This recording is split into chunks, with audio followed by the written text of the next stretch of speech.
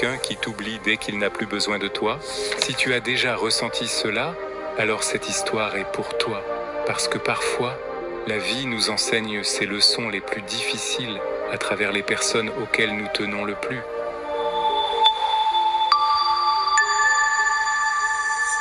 Il était une fois, dans une petite ville paisible, entourée de longs champs verts et de vieilles maisons calmes, vivait un homme nommé Daniel. Tout le monde dans la ville le connaissait bien. Si la chaîne d'un vélo se cassait, on appelait Daniel. Si quelqu'un avait besoin d'aide pour porter des cartons, on frappait à la porte de Daniel. Si une personne seule avait besoin de parler, elle allait directement chez Daniel. Il ne disait jamais non. Il souriait toujours et répondait « Bien sûr, je vais t'aider ». Il croyait qu'aider les autres faisait de lui une meilleure personne, et les gens louaient souvent sa gentillesse. Mais lentement, sans même s'en rendre compte, la vie de Daniel cessa de lui appartenir. Son jardin restait à moitié nettoyé. Ses fenêtres moulées étaient cassées. Son toit avait besoin de réparation. Ses propres problèmes s'accumulaient, mais au lieu de les régler, il passait son temps à réparer tout pour tout le monde. Chaque soir, il rentrait chez lui couvert de terre et de sueur. Sa mère le regardait avec des yeux fatigués et lui disait « Daniel, mon cher garçon, tu aides tout le monde. Mais pourquoi personne ne t'aide jamais ?» Daniel répondait toujours avec un petit sourire « Ce n'est pas grave, maman. Un jour, les gens se souviendront de ma gentillesse. » Mais ce jour ne vint jamais. Un soir, le ciel devint sombre et un vent violent se leva. Les habitants de la ville se précipitèrent pour protéger leurs jardins et leurs biens avant l'arrivée de la tempête. Daniel sortit lui aussi, mais pas pour sauver ses propres affaires. Il alla directement aider son ami Oliver, dont les outils et l'équipement étaient encore dehors. Ils travaillèrent rapidement, couvrant tout avec des bâches et rangeant le matériel dans l'abri. Mais pendant ce temps, les meubles de jardin de Daniel restaient dehors. Ses plantes n'étaient pas protégées et ses caisses en bois étaient encore ouvertes. Puis la tempête frappa. La pluie tomba violemment. Le vent balaya toute la ville. Et lorsque Daniel rentra enfin chez lui, presque tout son jardin était détruit. Il s'assit sur les marches de sa maison, la pluie dégoulinant sur son visage, regardant la boue qui avait remplacé ce qui était autrefois son jardin paisible. Sa mère posa une serviette chaude sur son épaule et dit doucement « Daniel, aujourd'hui tu as sauvé les affaires de tout le monde, sauf les tiennes. » Daniel ne répondit pas, mais à l'intérieur de lui, quelque chose se brisa enfin. Le lendemain matin, fatigué et perdu, il marcha jusqu'à la sortie de la ville pour rendre visite à Monsieur Harris, un ancien professeur à la retraite, sage et respecté, qui vivait dans un petit cottage près de la rivière. Daniel s'assit à côté de lui et dit « Monsieur, je ne comprends pas ce que je fais de mal. J'aide tout le monde, mais la rivière coulait lentement. » Puis répondit « Daniel, regarde cette rivière. Elle donne de l'eau aux arbres, aux oiseaux, aux animaux, aux champs. Mais quand il pleut trop et que la rivière oublie son lit, que se passe-t-il ?» Daniel réfléchit un instant. « Elle déborde, elle détruit tout. » « Exactement, » dit Monsieur Harris. « La gentillesse sans limite devient de l'autodestruction. Tu es gentil, Daniel, mais tu n'as aucune frontière. Tu cours partout pour tout le monde, sauf pour toi-même.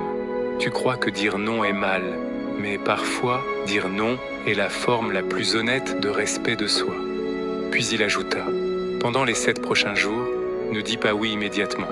Quand quelqu'un te demande de l'aide, fais une pause et demande-toi « Est-ce que l'aider va me nuire ? Vais-je perdre du temps, de la paix ou de l'énergie dont j'ai besoin pour moi-même ? Si la réponse est oui, alors dis simplement « Pas aujourd'hui ». Essaie, Daniel.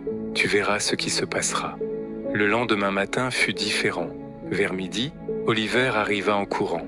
« Daniel, s'il te plaît, aide-moi à déplacer une boîte lourde. J'ai besoin de toi. » Daniel regarda sa propre clôture cassée, qui attendait une réparation depuis des mois. Son cœur voulait dire oui. Mais il se souvint des paroles de Monsieur Harris. Il inspira profondément et répondit « Ol, je suis désolé. Aujourd'hui, je dois réparer ma propre clôture. Je pourrais t'aider plus tard, mais pas aujourd'hui. » Oliver le regarda, choqué. « Tu dis non, toi ? Tu ne dis jamais non ?» Daniel hocha simplement la tête. Oliver partit, contrarié. Daniel se sentit un peu coupable, mais il resta concentré. Quelques heures plus tard, la clôture, cassée depuis des mois, était enfin solide. Pour la première fois depuis longtemps, Daniel ressentit une petite fierté, celle de prendre soin de sa propre vie. Le lendemain, 2 voisins vinrent lui demander de petits services, aider à porter des sacs de courses, réparer une chaise. Mais Daniel refusa poliment et expliqua qu'il était occupé par son propre travail. Ce soir-là, au lieu de se sentir fatigué et utilisé, il se sentit léger et apaisé. Une paix silencieuse remplit son cœur.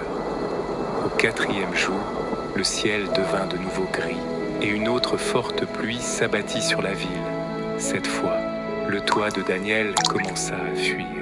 Il regarda dehors, attendant que quelqu'un frappe à sa porte, comme lui frappait toujours à la leur. Mais personne ne vint. Pas une seule personne. Il aurait pu se mettre en colère, mais à la place, il ressentit quelque chose de nouveau, de la force. Il prit ses outils et répara le toit lui-même. Cela prit du temps. Cela demanda de la patience. Mais une fois terminé, il s'assit sous son toit réparé et murmura « Alors, c'est donc ça, dépendre de soi-même. » Les jours devinrent des semaines, et lentement, Daniel devint un homme différent. Il cessa de courir partout. Dès que quelqu'un appelait son nom, il ne sacrifiait plus son sommeil ni sa paix pour des personnes qui ne se souciaient jamais de lui. Il commença à se lever tôt pour s'occuper de son jardin. Il nettoya sa maison, il investit du temps en lui-même, et quelque chose d'inattendu se produisit. Les gens commencèrent à le respecter davantage. Oliver commença à résoudre ses propres problèmes au lieu de dépendre de Daniel. Les voisins cessèrent d'appeler pour le moindre petit souci. La ville restait conviviale. Mais les gens ne traitaient plus Daniel comme un outil qu'on pouvait utiliser à tout moment. La maison de Daniel était plus belle. Son jardin poussait magnifiquement. Son visage paraissait plus frais, et pour la première fois depuis des années, il riait sans se sentir épuisé. Il n'était plus l'homme toujours disponible pour tout le monde. Il était devenu l'homme qui se respectait lui-même. Un après-midi, M. Harris rendit visite à Daniel. Il observa les plantes en bonne santé, la cour bien entretenue et le sourire paisible sur le visage de Daniel.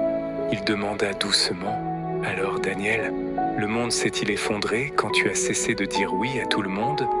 Daniel sourit et répondit « Non monsieur, en réalité mon monde a enfin commencé à se reconstruire. » Monsieur Harris hocha la tête avec un sourire bienveillant et dit « Quand tu cesses de dire oui à tout le monde, tu dis enfin oui à toi-même, et c'est là que la vie commence à changer. Alors mon ami, es-tu comme Daniel? Donnes-tu trop? Dis-tu oui même quand cela te fait mal? Souviens-toi de ceci, dire non ne fait pas de toi quelqu'un d'égoïste. Cela fait de toi quelqu'un de fort. Cela signifie que tu choisis la paix plutôt que la pression. Ton temps, ton esprit et ton cœur sont précieux. Protège-les.